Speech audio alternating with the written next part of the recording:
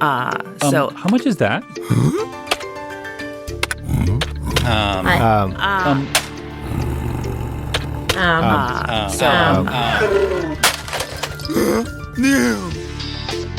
Welcome to the Podcast Editors Mastermind, the show, the podcast about the business of podcasting for podcast editors, hosted by the crazy foursome of us, at least for now. We'll talk more about that toward the end of the show. But before we get started, we'll just do quick introductions. I'm Brian Ensminger. You can find me at toptieraudio.com. I'm Carrie Caulfield-Eric. You can find me at yayapodcasting.com. I'm Daniel Abendroth, and you can find me at rothmedia.audio. And I'm Jennifer Longworth. You can find me at bourbonbarrelpodcasting.com. Today, we've got something that we're going to talk about that I'm not a huge expert in, and I'm wanting to learn quite a bit about. But because we've got this mastermind, we have people with varying degrees of experience with hiring people to help us with our podcast production. And so we're going to talk about hiring editors to work with people involved in post-production, all of that kind of stuff. It's something that I've done a tiny bit of, but not a lot. And so I'm looking to learn quite a bit. Before we maybe started talking about like the hows and the whats and the whys, I'm just kind of wondering for each of us, what's our experience been in terms of working with somebody else doing some of the editing for us? So I started by being a subcontractor. Well, not started, but my experience with that was doing work for Matthew Passy and maybe somebody else. And seeing that, oh, look, I don't have to be in charge of this show, but I can come in and edit it. So I have a little bit of experience on that end of it too. And then a few months ago, I guess into last year, something like, I need help.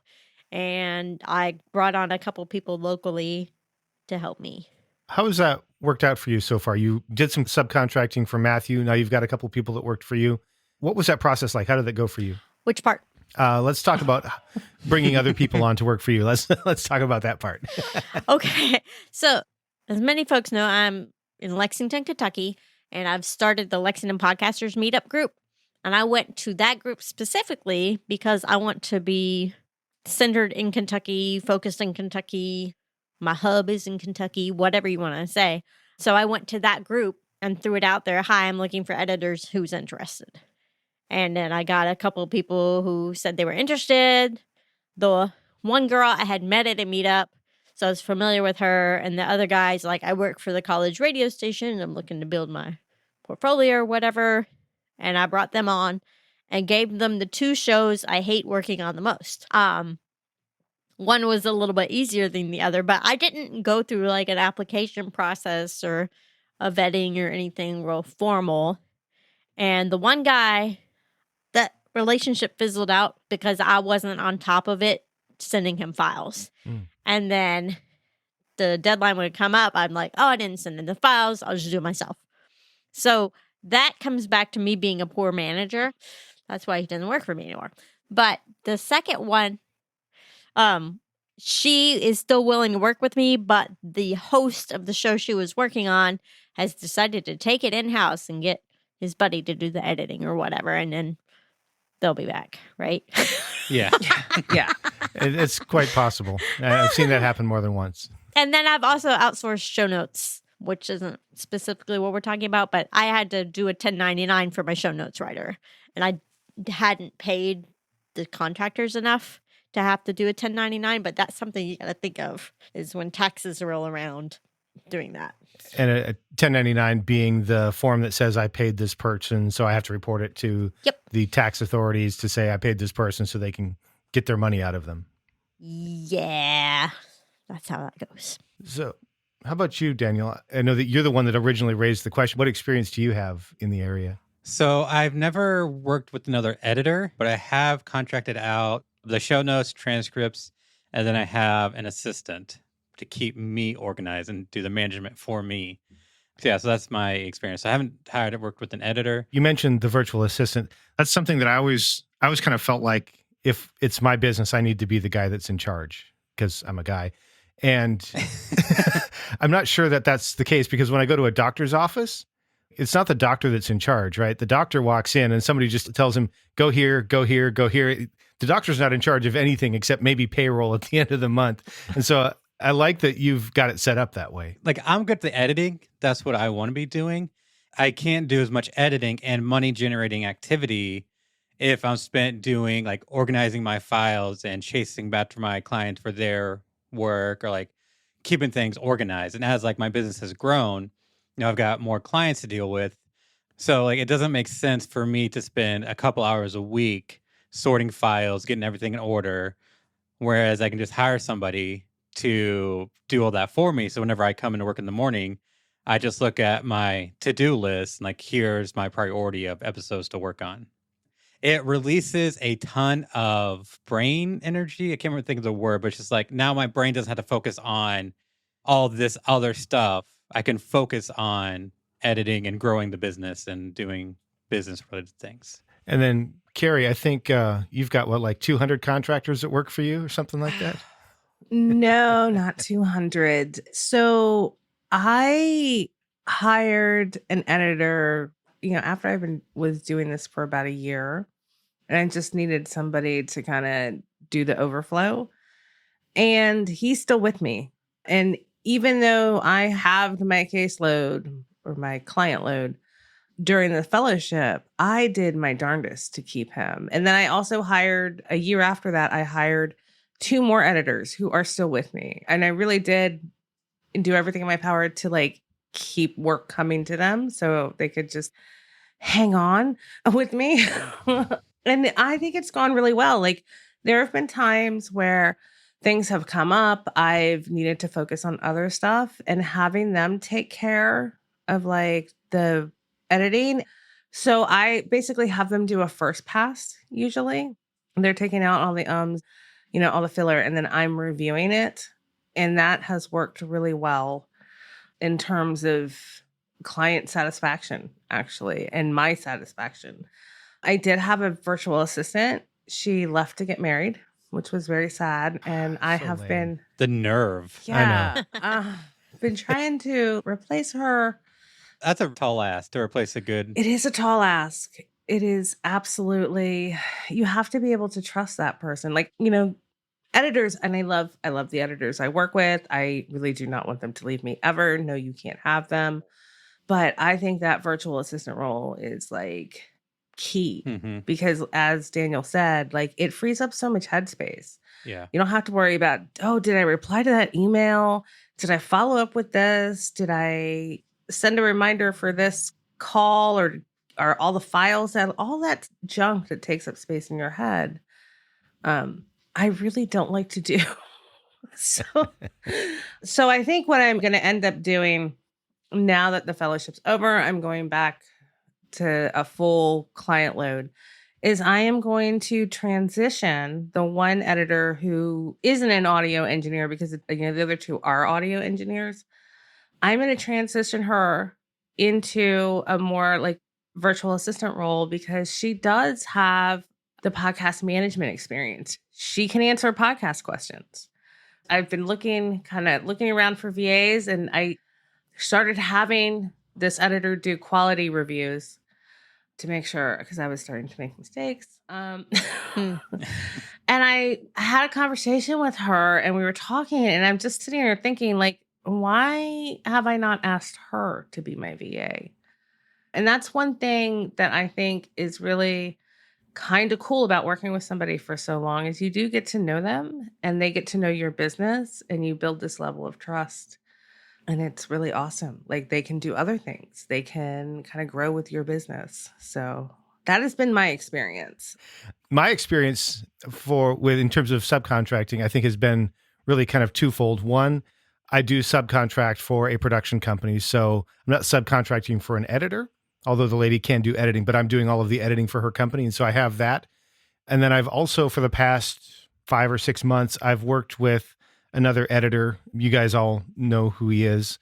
Michael Jerry, excellent editor. He's done some great work for me. And so I've been able to start bringing him in a little bit. He does a good job, but I'm a control freak. And so that's been a bit of a challenge to overcome, because that's, it's a thing. I'm just going to say it is. It totally is. It's hard to let go. Yeah. Like that was my biggest stumbling block when I first hired somebody, is letting go. And then realizing how much I needed to invest in that relationship as a manager to get things done the way I like them done, the way I know my clients like them done. And that takes effort, but it has paid off in spades. I mean, Yeah. It's a learning curve. It is. For sure. And I think, the first couple edits that Michael did, we went back and forth a couple times because there's a process of learning each other. I mean, that's the same thing I tell my clients, right? This is my first edit for you. We talked about all this stuff. I would like for you to listen through and make sure that this is what you were expecting to get. And if not, let me know because we need to handle this now. And so I try to give that kind of experience to the people that work for me as well. I think, at least from my perspective, it's worked well. And I hope that it's worked well for Michael.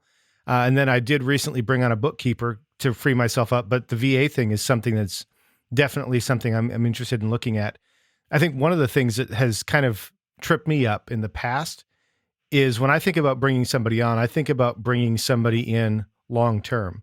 And Matthew rather, was commenting how we just had this conversation a few days ago. And it's true. He and I were, I think last Saturday, we were talking because he looks around and he goes, you know what? I could be somebody's surge capacity. So if you want to go on vacation or if you get a bunch of stuff all at once, we talked about that. And I think that was one of the things that I thought about when we started talking about, hey, we should do this episode. I was really only thinking, if I'm going to bring somebody on, I'm going to bring them on for years, right? But this could be something where a couple months out of the year, maybe there's some work and Matthew has his own gig, right? He's not trying to work for me. He's doing some work for me. And I thought that was a really valuable perspective. Have you guys ever tried something like that? I actually have. And I have like a list of people that I'll use for one-offs, right? Editors I trust that I know can, usually it's like kind of last minute, that I know can turn it around, that I know will do a decent job. And that I know the rate's going to be reasonable because, not every client is paying you like $500 an episode. Not any client. So that's also something to be mindful of. So I have this list of people that I know that are in my business's budget that I can outsource to in a pinch. And if one can't do it, then perhaps another one can. And I think having a list, having a contacts like that is really helpful because stuff happens. I hadn't thought about having that kind of surge editor because there are times where it's just like, I have all these episodes that need to be edited, but I also want to work on my YouTube video or I also want to do this thing right now, but I can't because I have deadlines. So having somebody can be like, hey, I need like these 3 episodes edited this week. Can you take care of it? And not have to worry about like keeping them kind of like what, Carrie's dealing with, keeping a constant flow of work to them. Just having somebody that's like, hey, this week I need this. Yeah, I definitely like that idea. And it's something that I'm thinking about for sure now because I don't mind reaching out to a client and saying, hey, I'm going on vacation in a month, so let's start getting ahead. I would much prefer to be able to say, I'm going on vacation for a month, and this person is going to help you out while I'm gone. Now, if you'd like to, you can get me your stuff early and we'll get it processed. But if you don't, this is how we're going to work through that so that you can keep your schedule and just be aware that this will be the person during that time. And having a VA helps in that situation too, because that's how I'm going to use my VA is like the client sends the audio, then my VA will send like, hey, editor, here's the episode you need to edit. Hey, show notes writer, here's your work. And so I don't even have to like do the management aspect of it. I have a VA to take care of that. And then making sure, like following up, make sure everything's getting done. I'll be doing that, but just all like the nitty gritty, I don't have to worry about. One of the other, go ahead, Carrie, sorry. Oh, I'm going to say that's really nice. The problem is getting a system in place that can handle it. I've tried like 5 or 6 project management systems at this point. Right. I think I may have found one, but now I'm starting to doubt it. But is that the Sweet Dash thing? Oh. Yeah.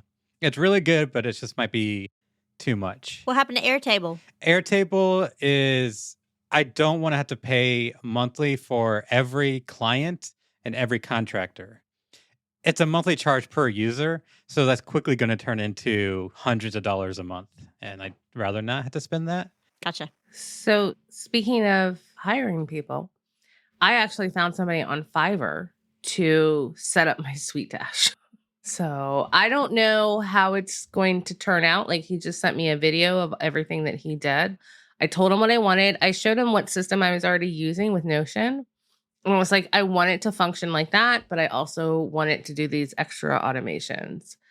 And so fingers crossed that when I go look and see what he did, that it's set up. And if not, I kind of get it. It's just that I didn't want to spend all the time doing it. So that's another thing. Yeah, well, I mean, it's important. I mean, time matters. Yeah. And then another thing I did was hire somebody just to help me with Instagram growth. And in full disclosure, I just went to Fiverr to find somebody. And this dude, he actually was really good. He wasn't very expensive. And in just 7 days, he like grew my Instagram followers by like 100 something. Wow. Oh, wow. And then he was like, he's like, you got to post. You got to post. So he was like keeping me accountable for my Mhm. roles, which I was really impressed with. Huh. You know, sometimes it's trial and error, but for like those types of jobs that you don't necessarily want to do or don't have time for, or just don't have like with Sweet Dash, it was the emotional bandwidth. I just didn't have it. Yeah. And I just couldn't make the flow chart that I needed to make to set it all up because I feel like it needs a flow chart. So finding help there is really a valuable thing. I used to edit a business related podcast, and the guy had a guest on to talk about. So the guy ran like a VA company that was specific towards this industry. And the one thing that he said was like, there are two reasons to hire a VA. One, to do the things that you're not proficient in and that they can do better. Or two, to do the things that you are proficient in that you just don't have the time or bandwidth for. Just don't do them. What about the things you just hate? Like books, don't even bother with accounting. Just don't. Yeah. Yeah, I did that last night. The things you hate are things you typically are doing now and are proficient at that you don't have the bandwidth for, Okay. like bookkeeping. Gotcha. Right. Nice. And you can go back and listen to our Profit First episode. Oh man, I was listening to that again the other day, and just such a good reminder. I bought the book. Mhm. I didn't just listen to 3 interviews. I went ahead and bought the book. I'm going through it. I'm being a grown up today. So that was if you didn't catch that one, it's episode 28. It was just published a couple days ago. Very much worth the listen. Yeah. Yeah, I wasn't actually on that one, but I was here in the Yes. on the back end going, oh my gosh, I wish I was in this discussion, but I learned a lot. And some of us might have been trying to invite you in. I don't know who that could have been, Daniel and me. Yeah, maybe, but that would have Yeah. been so weird. So we talked a little bit about maybe not having to bring somebody on all the time, right? So do I want somebody who's week to week or month to month, or do I want somebody who's here for a few days when I need them or a couple of months, whatever that is? I think one of the other things that we need to think about before we go out and start hiring somebody or even consider hiring somebody is how do we want to work with them? Because I've typically thought of bringing on somebody to do soup to nuts. So everything from audio repair to final mix down. But the reality is, I don't think it necessarily has to be that way. How do you guys work together? So with my girl, I will receive the files and I do the processing through RX7. That's what I still have. And then I'll send her the processed files. But because I don't trust the audio repair, because the subcontractors, they haven't spent the money to get RX7 advanced. They're subcontractors. They're not making as much. They don't have the money to drop on this. So I go ahead and I process the files before I send them out. And I've never heard the term soup to nuts before. Oh, sorry. Really? Appetizers to dessert. Does that work better?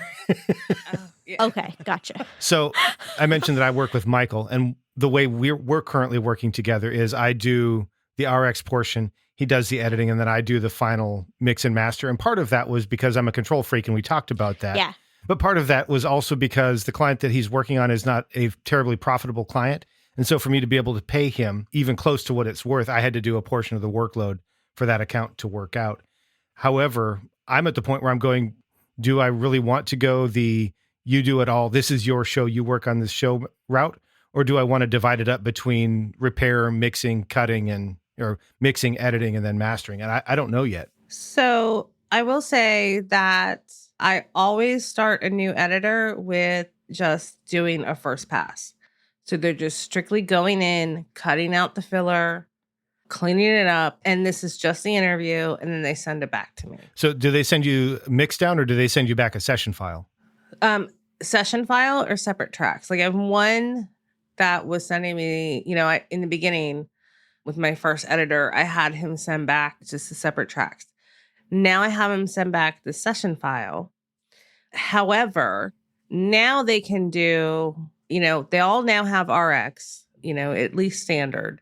But I've paid for them in the beginning to get Elements. Oh. So I make sure that they have the software, and I don't have the expectation that they have to purchase this, right? Because they're doing it for my business. So I will at least give them Elements. And then they also get my course. Nice. So they can go in and learn how to use it. And then, at that point, they can then do the pre-processing. They can do some mixing on it. They can do the first. So whatever they want to do, they send me back the session file. I will tweak things. I will just go over the content because I do have some content editing, do content editing for my clients. And then I will tweak the mixing a little bit based on, what I know the client likes, because everybody has their own thing. And maybe one of the things I should do is let the editors know. And I may start to do more of that.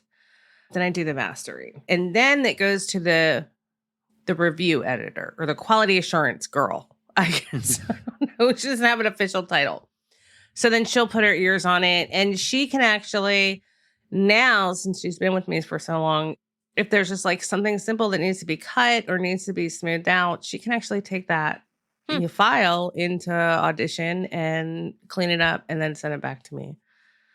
So that's kind of the system. Somebody mentioned control a minute ago, and you just are relinquishing so much control, and it's just whoo. Therapy. Okay. I'm not that sounds like a joking. profit second type conversation if I have to pay for therapy. No, it's just the only way that these editors can do what I want them to do, and I can get my money's worth out of them and get that peace of mind, is to actually make that investment in them and then trust them. And I have been working with these editors for years now.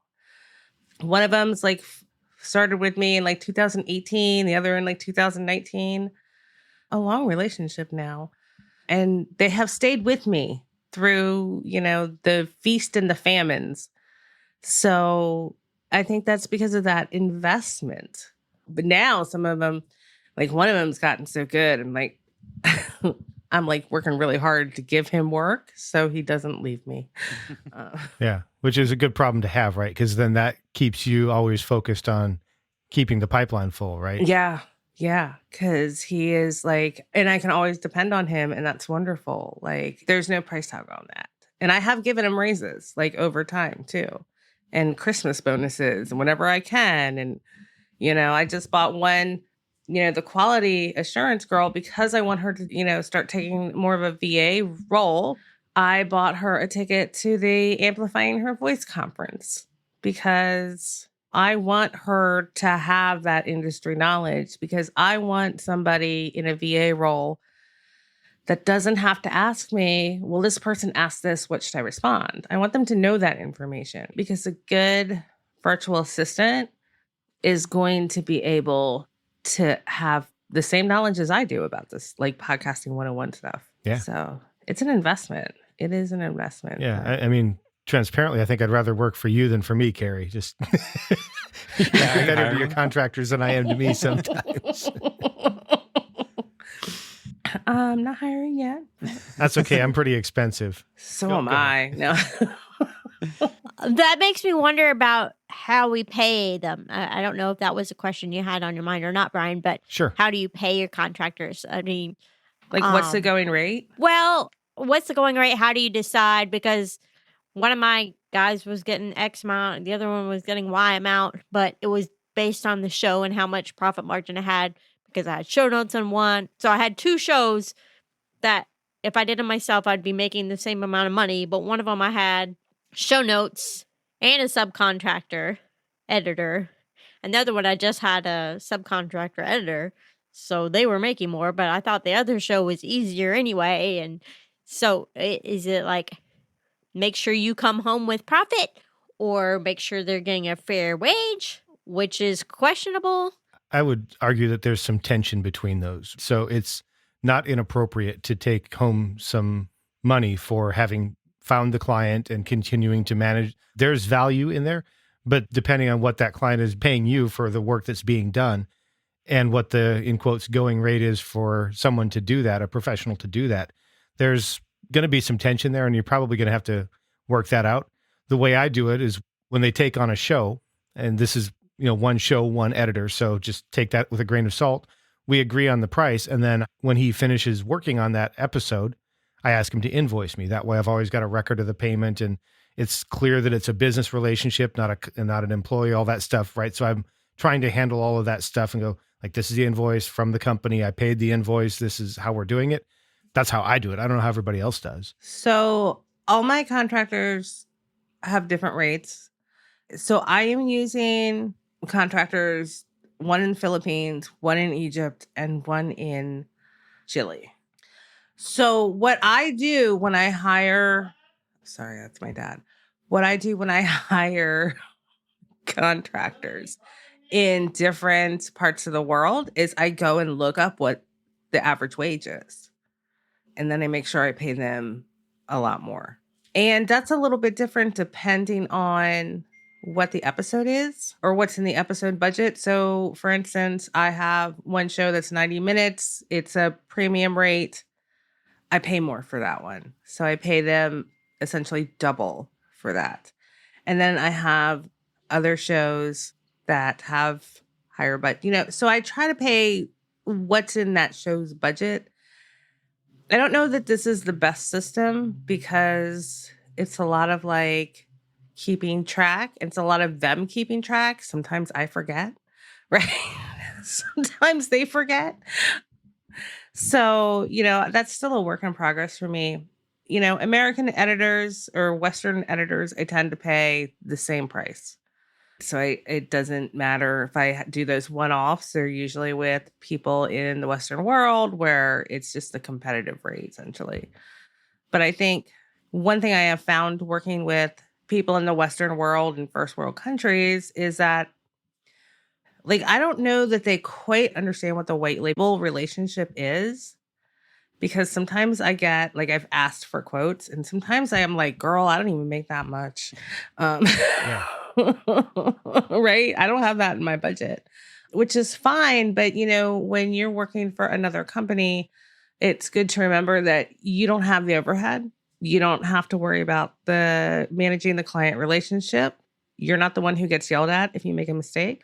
You're just like doing the editing, turning it, back in, and it's cool. Right? Yeah.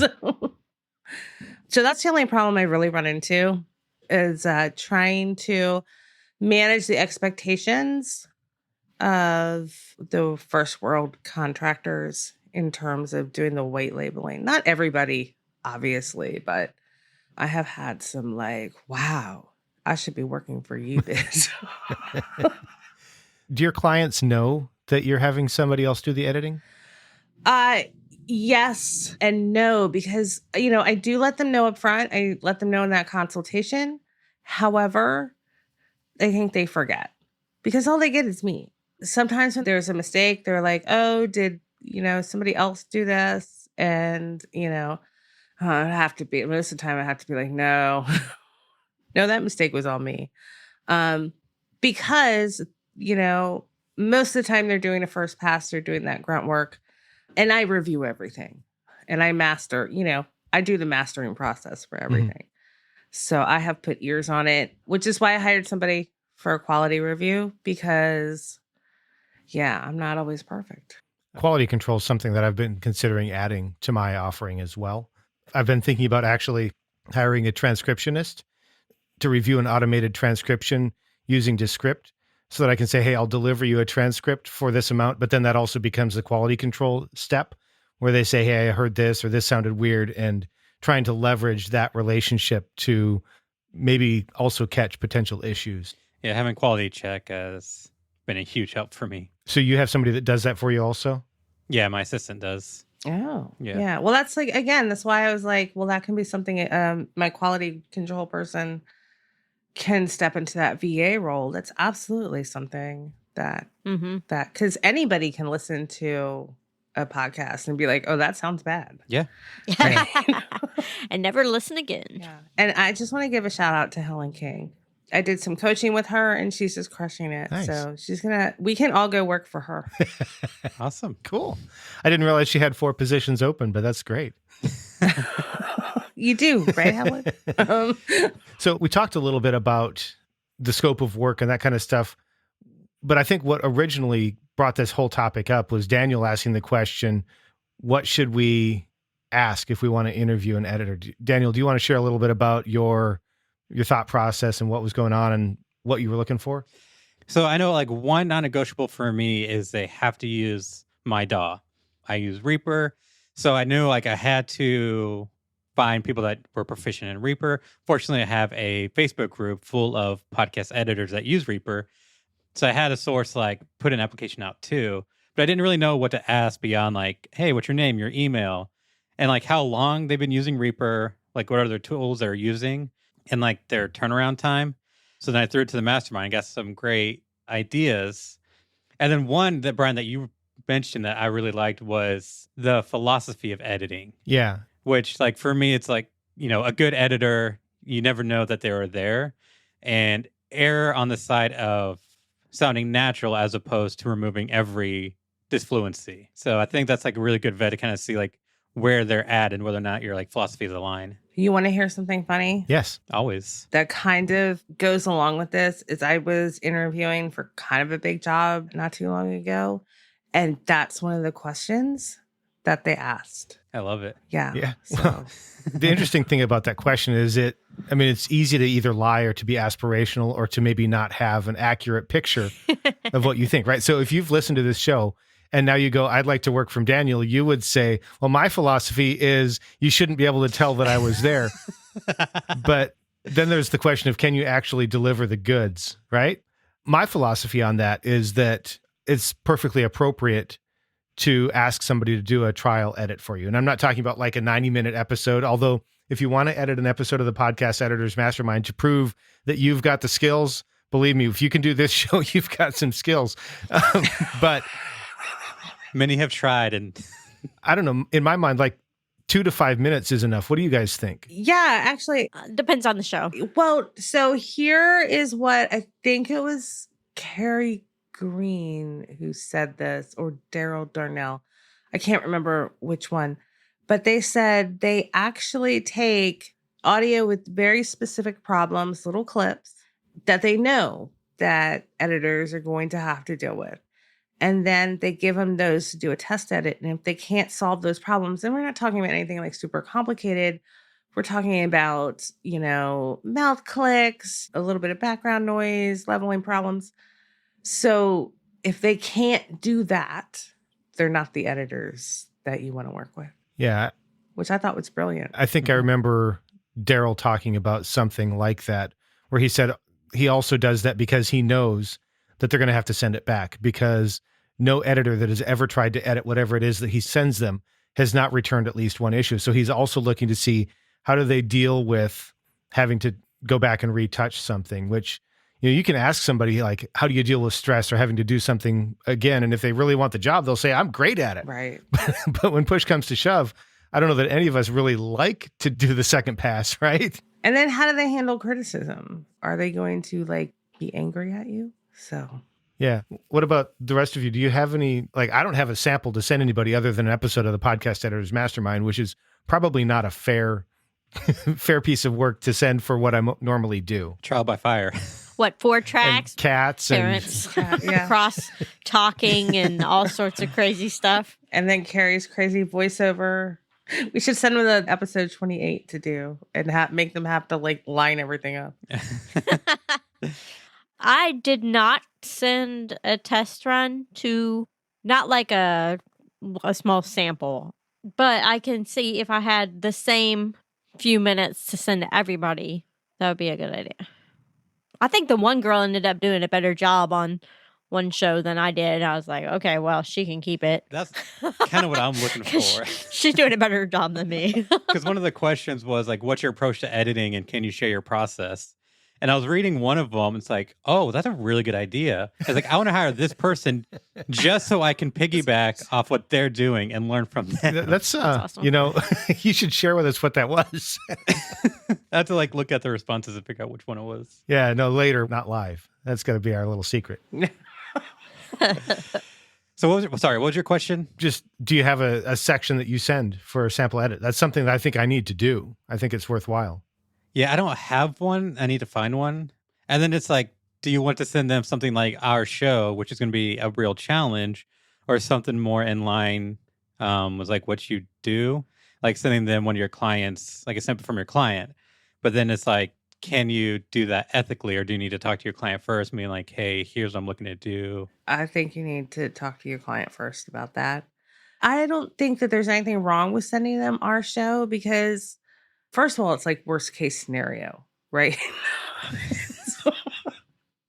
And if they can reasonably deal with 4 tracks, like, because I have like tried to hire some editors who were like, well, I've only worked with 1 track before. Like, that's all I've ever done, which is a surprise because that's what some editing programs or like podcast VA programs, they only teach like that, how to edit 1 track. And so it literally is a new experience for them.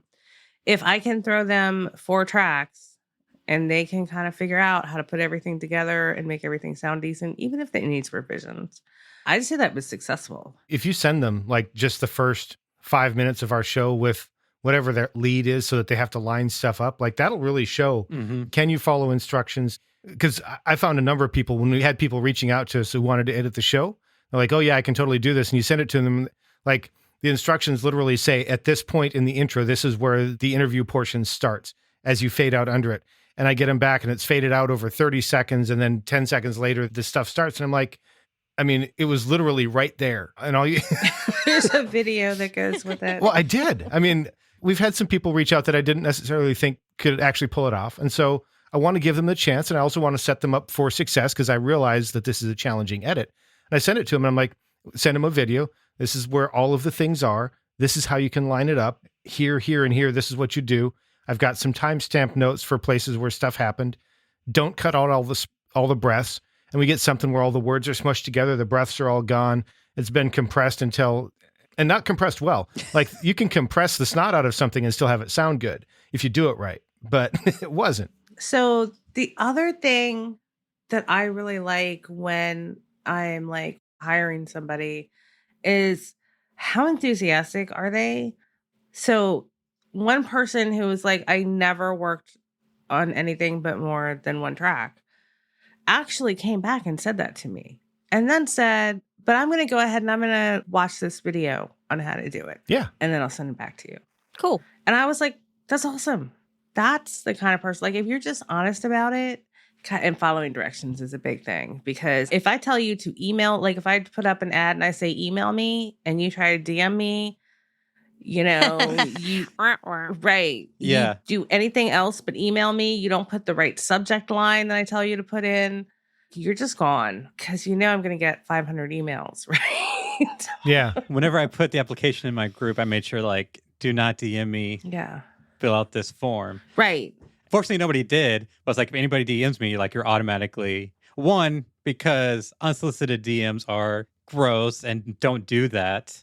And I don't want to work with somebody like that. Well, I don't see him either, right? Yeah. I see him like 6 months later. And 2, like you didn't follow directions. So that's going to be awkward. So if you can't follow directions in the application portion, then like that's so important. It's just follow the directions. I was saying maybe I should have made my application process more complicated to test their direction following skills. Yeah. Click here for page 2. I have done that before. Oh. Yeah.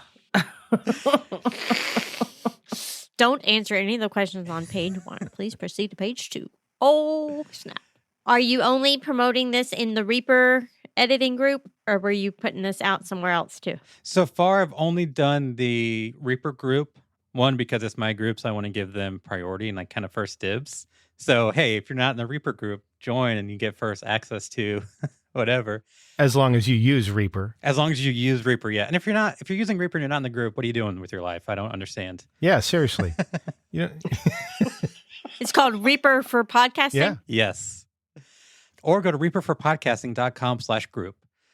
And then Michelle is going to post in Justbusters, because I'm not allowed in that group, because I work with a lot of female podcasters and I want to have like a female perspective in the editing process as well. Yay. That's cool. Yeah. Yeah. That's actually something I've thought about, because it does seem like even in the Hindenburg group, there's a fair number of females, but it is still biased toward dudes a little bit. And I'm not sure how to overcome that. You have to reach out to women. You happen to know somebody. Actually, you know 2 people. I do. And you've been very helpful in getting people in that group. I don't want to say that you haven't, but it's still biased. Right. So if you want to work with women, you have to like reach out to your women friends. And yes, Helen, the second time in 2 Days Reaper has been mentioned or recommended. Is it a sign? It is. It's a sign that you should totally go with Hindenburg. Because not necessarily, no, but Reaper is a solid piece of software. Somebody interviewed me earlier this week asking if I didn't have Hindenburg, what would I use? And the answer is Reaper. Audition. Because I can buy Reaper one time and be done with it. Audition, I buy every month. Oh, I know. Yeah, Audition is like you either love it or you hate it. And at this point, I just know it. I just don't feel like learning anything else. Yeah. Exactly. Yeah, that's the thing. Is like if you're proficient in a DAW, there's really no need. I can't think of like a feature that any one DAW has that's worth switching. No, unless you want to switch anyway. Other than cheaper. But you know what? I have a free Pro Tools account. I have Reaper. I have Audacity. I have Hindenburg. And I have Audition on my computer. So The time cost of learning a new DAW is tremendous. yeah, but I will if I have to. And if you pay me enough, I will learn any DAW. I don't know if you saw, but Ashley said when it comes to the whole women thing, it's been that way since before podcasting was a thing. Yeah, definitely agree. And totally, absolutely, Ashley. So it's up to you guys to like change that. Definitely. Mark Dale says, learn your DAW over switching. Yeah, be proficient. And then I think it's a little bit easier once you know what your DAW does. And then switching is just a matter of finding all the buttons. Yeah, because they're all essentially doing the same thing. It's just Reaper does it better. I think maybe one other thing that we haven't talked about in terms of bringing on contractors is contracts. Yeah. With my clients, this is something I have in place, but truthfully, I don't actually have a contract in place with the editor that works with me. What do you guys do? How do you approach that? Well, when I was a subcontractor for other folks, I didn't sign a contract. And so when I brought on contractors, I didn't have them sign contracts and I pay them through PayPal or Venmo. So it's probably not the best setup. I always make everybody sign a non-disclosure. Oh, Okay. Because the worst thing that I think could happen is that they say anything about my clients that my clients don't want said. I hadn't thought about that. Yeah, that my clients don't. Everybody gets a non-disclosure. I treat all my clients like I have a non-disclosure with them.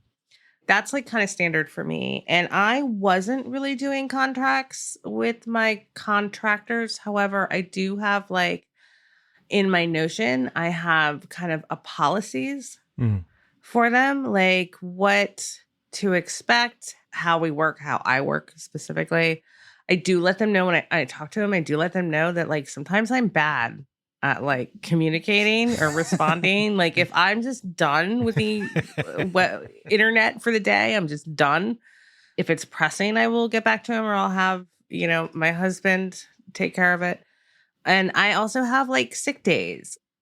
If you are sick, if you are not able to do anything, please let me know like immediately so I can make sure that the work is covered, that kind of thing. And just, I also have a thing that says, when you're out in the wider world, you're representing our company. So like, don't be a jerk, Will Wheaton's rule, be nice to people, that kind of thing. One thing I want to include in mine is a non-compete clause. Like you can't talk to my client. Don't steal my clients. Yeah, exactly. Yeah, don't steal my clients. That's very smart and it's probably something I should have. But because the work ebbs and flows and because I did the fellowship, I have encouraged my contractors to do work elsewhere. Oh, like I don't want them to, like they can't work for other editors. Right. I just don't want them to steal my clients. Exactly. Right. Right. You can't go after my clients. Although I have given a client, two-way contractor. Yeah. It's just like, you can have that one. Yeah. That's easy enough to write in as a without prior written permission. So I actually wrote a contract to subcontract for somebody else and the work hasn't come through.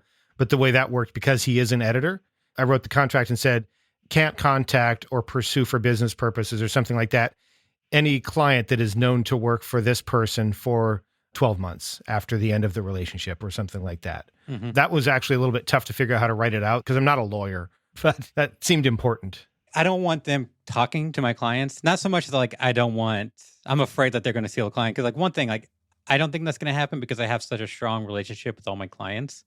But two, I don't want any confusion with my clients. Right. Like they talk to me, my wife/business partner, or my assistant for certain things. And I don't want them being like, okay, well, it's an editing question, talk to them. If it's about your show notes, talk to this person. Like, Yeah. I want very few, like they contact any three of us and that's it. Right. Yeah. And they don't have to like worry about who they need to contact. Right. And I often, because sometimes I think about like the whole agency model, and then I feel like that's why there are account managers. Mm-hmm. Right. That's exactly why. Mm-hmm. But then you watch something like Mad Men, and then the account managers steal the clients. Yeah. I mean, that's always, Yeah. or Jerry Maguire, same That's- thing, right? Yes, there's always a risk. So I wasn't always a fan of contracts, Ashley Lehman, but I am so getting into them, and I am building them into my system and employee handbooks, Yeah. because I feel like my contractor thing is kind of an employee handbook. Hadn't thought about that. I like contracts. I don't like creating them. Oh, I don't like. Yeah. Fair enough. Fair I enough. don't.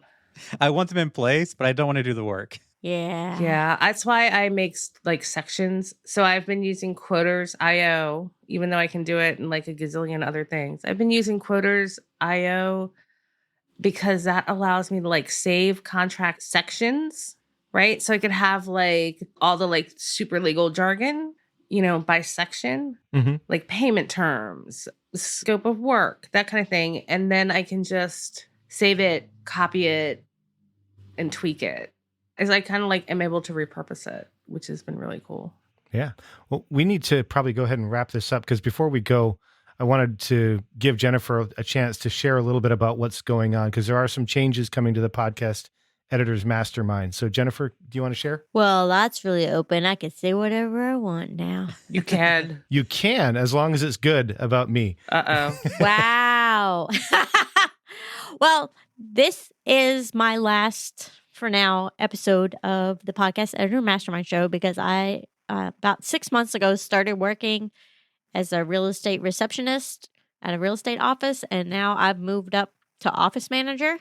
And that takes a lot of my brain away. And by the time I get home, I'm like, especially with my kid home, she wants me to feed her. What? It's so annoying. What? I know. I don't understand this. It's not like she's small. She's 18. She can feed herself. But she expects me to, cook dinner for her and everything. And then after working all day. And I'm still a podcast editor. I haven't subcontracted enough of it out. So my evenings, I'm like cooking or editing or sleeping or, not doing anything. That something had to give. And Yeah. So I'm stepping down for now. So for those of you that are watching, I'd just like to encourage you to stop by Jennifer's Facebook profile and show her a little bit of love. Let her know that you'll miss her because we suspect that she'll be back when she realizes she can't live without us. I know, right? But it might take some time because we are an acquired taste. Do we have time for Poddex question of the day? Always. Sure, if we say so. All right. So today's Poddex question of the day is, who would you like to sit next to? Can't even read. Not a requirement for this job. I'm a podcast editor, not a podcast narrator. Who would you most like to sit next to on a 10-hour flight and why? Nobody, because I hate to fly. Or Daniel, maybe in your case, who would you like to sit next to on a bridge going to Memphis for 10 hours? Isn't there a bridge breaking or something near What? Memphis? They had to shut down the main bridge coming into Memphis because they found a structural crack. That's so Delaware. I mean, we do that stuff on purpose here. Can I say my wife? Oh, Yeah, you definitely can. Yeah, out of anybody, I would have to say Michelle. Is that a cheater answer? I mean, no. So I have sat next to my husband for like a 12-hour drive. And we had a great time. I bet you did. I was on a train ride. How about you, Jennifer? Who would you like to sit next to for a 10-hour flight? Oh, I'm going to sleep, so it doesn't matter. A pharmacist with a lot of Xanax. I mean, Yeah. There's no hesitation there. yeah. I don't know. Maybe one of my pals from the UK who I don't ever get to see. That's a good one. Caroline, who we've only hung out, like, we had a great day on the beach the one time, but I don't see her. So If we had like a podcast conference on a plane. Yes. Who would we want to attend? well, Yeah, maybe that should be our next one because that'd be fun. Yeah, that would be a lot of fun. I got a handful of answers right now.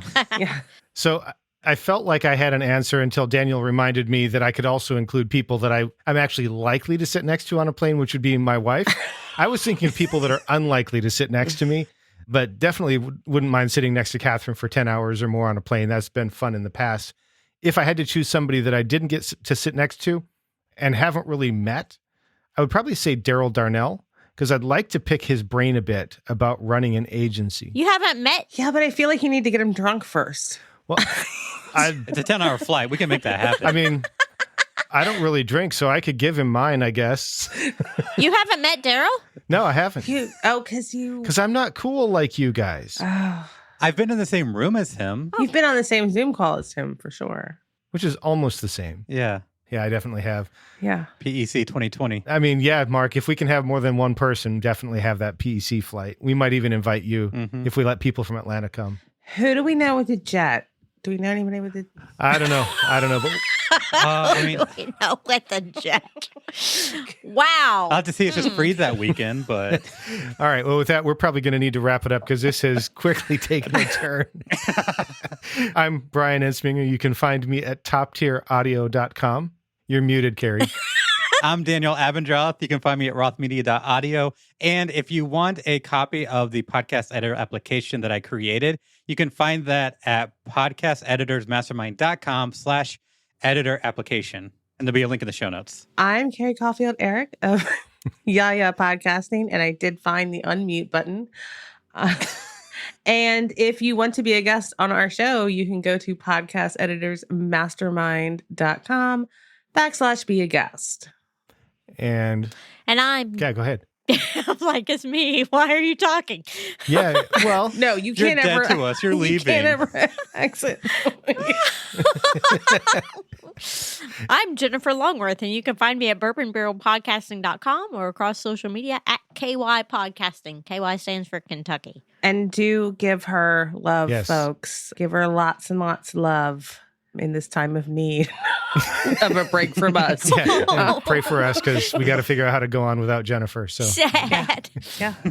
You're going to have to do like the three like side-by-side thing on StreamYard. I know it's You know what we could do? Guest hosts. guest host. Yeah. Guest host. I mean, nobody will be able to fill your shoes, Right. but we can let people try. Yeah. So if people want to be a guest, Carrie's already given you the information for how to do that. And if you would like to demonstrate your mad skills as an editor, you can also reach out to us. We have an episode of the Podcast Editors Mastermind that you could do for practice, or if you'd like to edit this one and try and turn it into something even relating to a conversation, just let us know. Podcasteditorsmastermind.com. Thanks, everybody. Bye. Bye, y'all. Turn down your game. Bye. So how much is that?